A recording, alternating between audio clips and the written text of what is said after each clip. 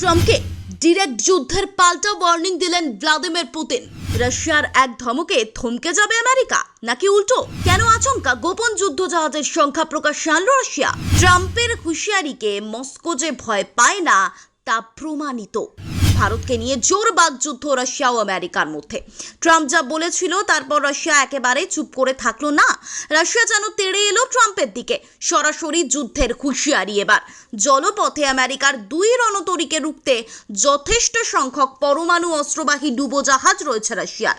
মার্কিন president Donald ট্রাম্পের এই হুঁশিয়ারির পর পাল্টা হুঁশিয়ারি দিয়ে জানালো মস্কো। যুক্তরাষ্ট্রের প্রেসিডেন্ট ডোনাল্ড ট্রাম্প দুটো পারমাণবিক সাবমেরিনকে অবস্থান বদলে রাশিয়ার কাছাকাছি মোতায়েন করার নির্দেশ দিয়েছিলেন। এবার তারই উত্তর দেওয়ার পালা ছিল। সেক্ষেত্রে রাশিয়ার পার্লামেন্ট ডুমার সদস্য ভিক্টর ডোডলটস্কি শুক্রবার রাশিয়ার সরকারি সংবাদ সংস্থা তাসকে বলেন, বিশ্বের বিভিন্ন মহাসাগরে আমেরিকার তুলনায় যথেষ্ট সংখ্যক বেশি পরমাণু অস্ত্রবাহী ডুবোজাহাজ রয়েছে রাশিয়ার। কিন্তু প্রশ্ন হলো, আচমকা রাশিয়ার উপর এতটা চটে কেন গেলেন ডোনাল্ড ট্রাম্প?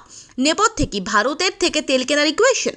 কয়েকদিন আগে সাবেক রুশ প্রেসিডেন্ট দিমিত্রি মেদভেদেভ ট্রাম্পকে সতর্ক করে বলেছিলেন, কল্পিত ডেড হ্যান্ড কতটা বিপজ্জনক হতে পারে সে বিষয়ে ট্রাম্পের সচেতন থাকা উচিত। মূলত রাশিয়ার স্নায়ুযুদ্ধকালীন পারমাণবিক অস্ত্র ব্যবস্থার প্রতি ইঙ্গিত করেই এই সতর্কবার্তা তিনি দেন। ডেড হ্যান্ড এমন একটি স্বয়ংক্রিয় প্রতিশোধমূলক পারমাণবিক অস্ত্র ব্যবস্থা যা 80-এর দশকে সোভিয়েত ইউনিয়ন গড়ে তোলে, যার মূল উদ্দেশ্য ছিল যদি যুক্তরাষ্ট্র বা কোনো প্রতিপক্ষ প্রথম আঘাতে সোভিয়েত নেতৃত্ব কমান্ড অ্যান্ড কন্ট্রোল ধ্বংস করে দেয়, তবু যেন রাশিয়ার পক্ষ থেকে স্বয়ংক্রিয়ভাবেই চূড়ান্ত প্রতিশোধ নেওয়া যায়। মেদভেদেভ এই থ্রেট দেওয়ার পর পাল্টা ট্রাম্প পরমাণু ডুবোজাহাজ মোতায়েনের হুমকি দেন। তারপরেই আবারও গর্জে উঠল মস্কো। এদিকে রাশিয়ার আন্তর্জাতিক বিষয় সম্পর্কিত পত্রিকা গ্লোবাল অ্যাফেয়ার্স ম্যাগাজিনের সম্পাদক ফিওডর লুকিয়ান জানিয়ে দিয়েছেন, ট্রাম্পের হুঁশিয়ারিকে বিশেষ গুরুত্ব দেওয়ার কোনো প্রয়োজন নেই। তার ব্যাখ্যা, ট্রাম্প আবেগতাড়িত হয়ে এইসব নির্দেশ দিচ্ছেন, এইসব কথা বলছেন।